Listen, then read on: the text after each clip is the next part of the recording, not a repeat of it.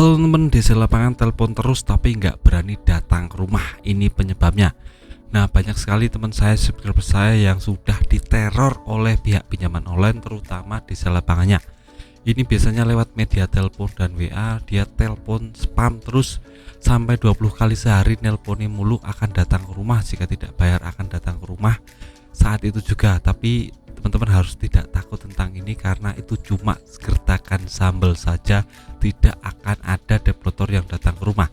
Kenapa saya berkeyakinan seperti itu? Karena yang namanya DC pinjol itu kalau ingin menagih langsung ke rumah itu biasanya cuma sedikit sekali ya teman. Jadi ada kriteria khusus yang akan didatangi developer. Yang pertama jelas nominal pinjamannya harus besar. Kalau nominal pinjamannya kecil tidak akan pernah didatangi developer.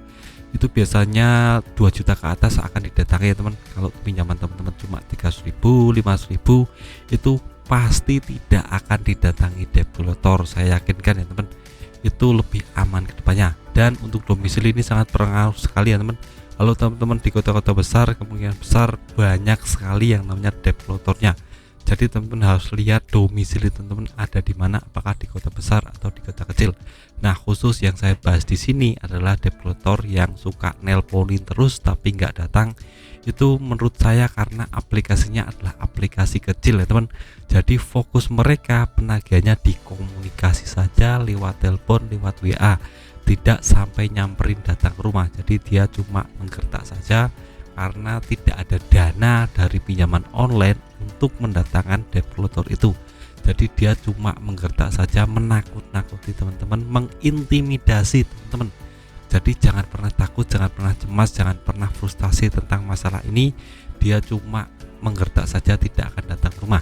Nah, bagaimana kalau dia tahu alamat saya, dia sedang di musola ini, mau datang ke rumah, dia sedang sampai Alfamart, mau ke rumah. Nah, itu bisa ditarik di Google Maps ya teman. Jadi aplikasi pinjaman online itu kalau sudah teman-teman cantumkan alamat, itu biasanya akan dilacak oleh developer, oleh yang namanya customer service melalui Google Map. Jadi dia tahu tempat posisi rumah teman-teman itu di sekitarnya ada apa. Misalnya ada Alfamart atau ada musola atau ada masjid. Dia telepon mengintimidasi, saya sudah sampai musola ini, 5 menit lagi akan datang ke rumah teman-teman, jadi tolong bayar. Nah, itu cuma penipuan yang teman, jadi tidak real, tidak nyata, itu cuma sebatas gertakan saja. Jadi teman-teman jangan pernah takut atau merasa terintimidasi. Beda ceritanya kalau teman-teman domisilinya di kota besar dan teman-teman pinjamannya lebih dari 10 juta, itu kemungkinan besar akan didatangi developer. Karena ya kalau pinjaman segitu di kota besar itu akan langsung dikejar, karena mungkin akan developer dapat fee yang besar jika teman-teman bayar tagihan.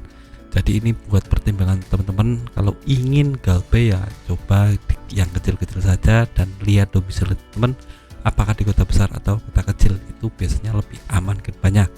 Dan yang paling penting teman-teman harus berpikir positif, harus banyak-banyak bersedekah, banyak berdoa kepada Tuhan agar bisa melunasi semua tagihan-tagihannya melalui pertolongan Tuhan. Itu nyata dan bisa dibuktikan oleh teman-teman sendiri. Jika teman-teman berpikir positif itu sebagai magnet, jadi di sekitar teman-teman akan berpikir positif, mindset teman-teman juga terjaga, tidak mudah cemas, tidak mudah takut, tidak mudah terintimidasi dengan penagihan-penagihan pinjaman online yang makin brutal dari hari ke hari. Nah, jika teman-teman kurang puas dengan video ini bisa tulis di kolom komentar tentang masalah teman-teman dan saya akan bagikan solusi agar teman-teman lebih aman ke depannya. Ini adalah video singkat dari saya, benar-benar tetap semangat kehidupan yang lebih baik.